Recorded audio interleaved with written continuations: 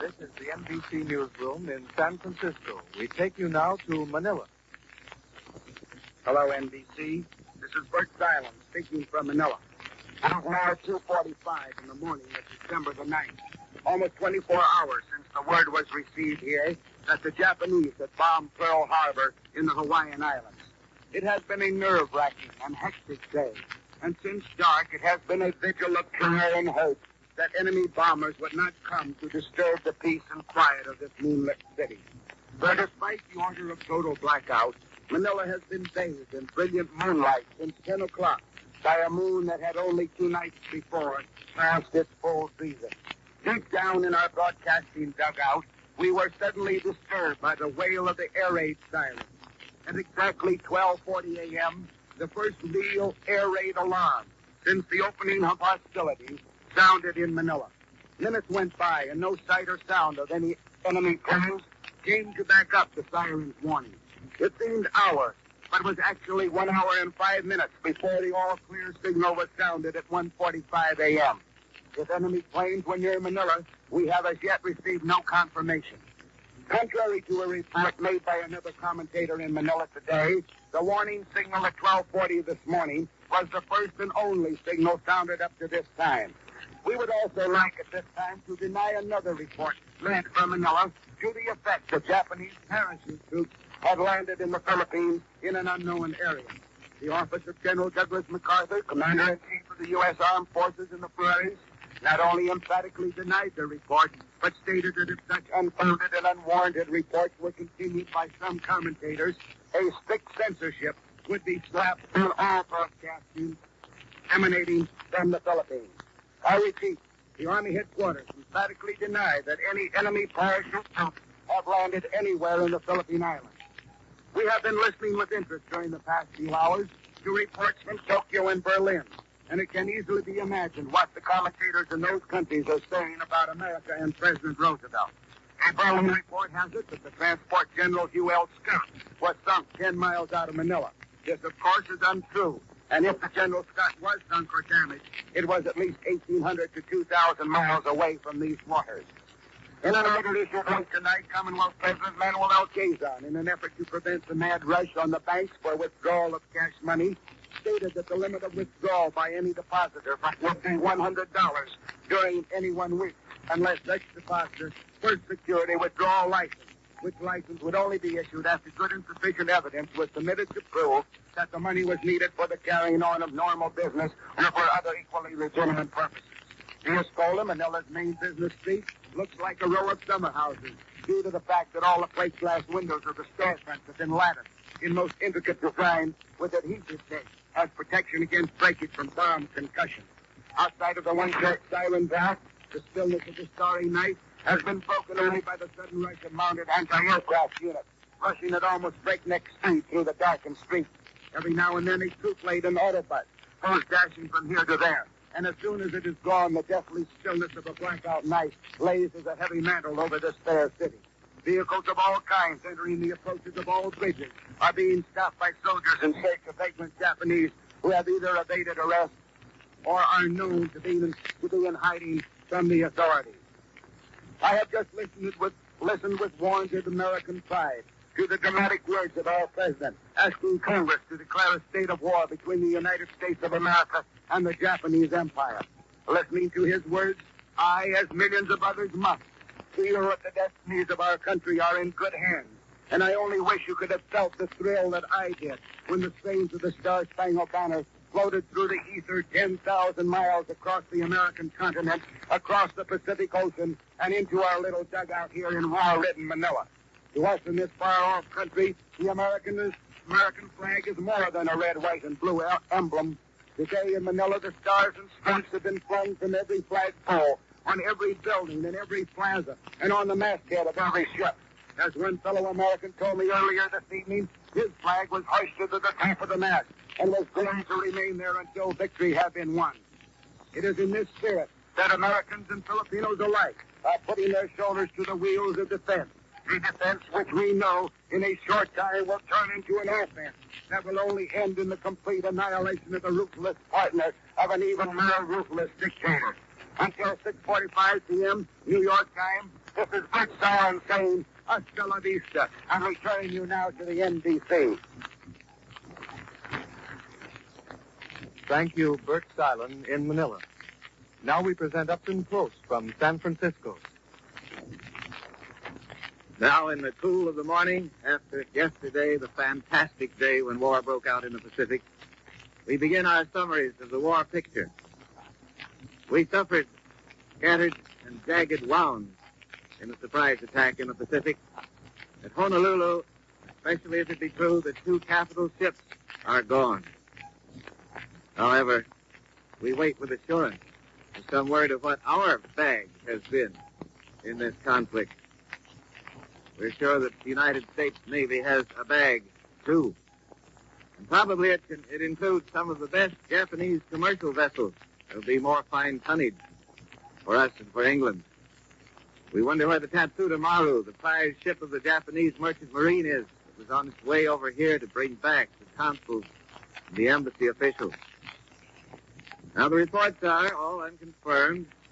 Midway has been attacked. Guam is encircled. That Wake is gone, taken by the Japanese. Well, if these are true, they're all as expected in the case of a surprise attack in the Pacific. It means, of course, at the present time, our communications with Manila and with the Orient generally are out. They're in the hands of the Japanese, or there are no ships running across the sea, save naval ships. And the Pan American Airways has lost, or its base at Wake, probably, and Guam and Midway may be impossible to use. It seems that Latinoff is the last plane that came over. The last to come maybe for some time. However, all of these actions on the part of the Japanese are hit and run, save for one, as far as we know. There is only one military action so far that has first importance. That is the landing of a Japanese army on the Kra Peninsula in southern Thai, or Siam. That is very serious. That cuts the British area, Burma and Laos put together, in 2. It is much to be deplored that the British did not occupy and hold that narrow peninsula that lies between the Gulf of Siam, which means the Pacific Ocean, and the Indian Ocean. The British did not get in there first. That seems too bad. We'll have to watch out what happens about that. We don't know what's become of our people in Japan and China. We've been unable to get national broadcasting companies representative in Japan, of course. The important things to watch for are first, where does Russia stand? Still no indication at all. Even though the new ambassador, Litvinov, is now in Washington, no indication. Very, very interesting that Japan chose not to attack her old enemy, Russia, which was the easiest to attack and the nearest, but rather to attack her strongest potential enemy, the United States, on the other side. The next thing to watch now, where does the next blow come from? We may expect it will come from the other end of the axis. We might watch out for possibly a full-dressed invasion of Britain on the part of Germany. Meanwhile, the Japanese on this coast are still conducting themselves well. There's no record yet of sabotage. The police have everything well in hand. There's a policeman with a gun in front of every Japanese shop here in San Francisco. Up in Fort Lewis, the boys who were recently mustered out of the Army for age are calling in again. This coast is a wide awake and alert. And so we close our summary of the first night of the Pacific War. This is the NBC newsroom in San Francisco, returning you now to New York. This is New York, the NBC newsroom, and we have just received this dispatch from Los Angeles. Richard Graves, director of California State Council of Defense, said today that he feared 2 Japanese aircraft carriers might be lurking off the California shores. We fear an attack on the Los Angeles area any hour, any day, said Graves, preparing to make a report to Governor Calvert Olson. Before the clocks in the halls of Congress had ticked away 1 hour today, President Roosevelt stood up before the joint session of the 2 legislative bodies. He had stated the case of the United States attacked by Japan. He had asked for a declaration of war. The president's grim report to the Congress lasted scarcely more than 5 minutes. Then war resolutions were offered in the House and in the Senate. In the upper house, the senators were first to get down to the task of marking down their votes. 82 members present, and each senator gave forth with an aye. The vote was unanimous, for war. Over in the House, just as the Senate voted, the Speaker began tabulating the House ballot.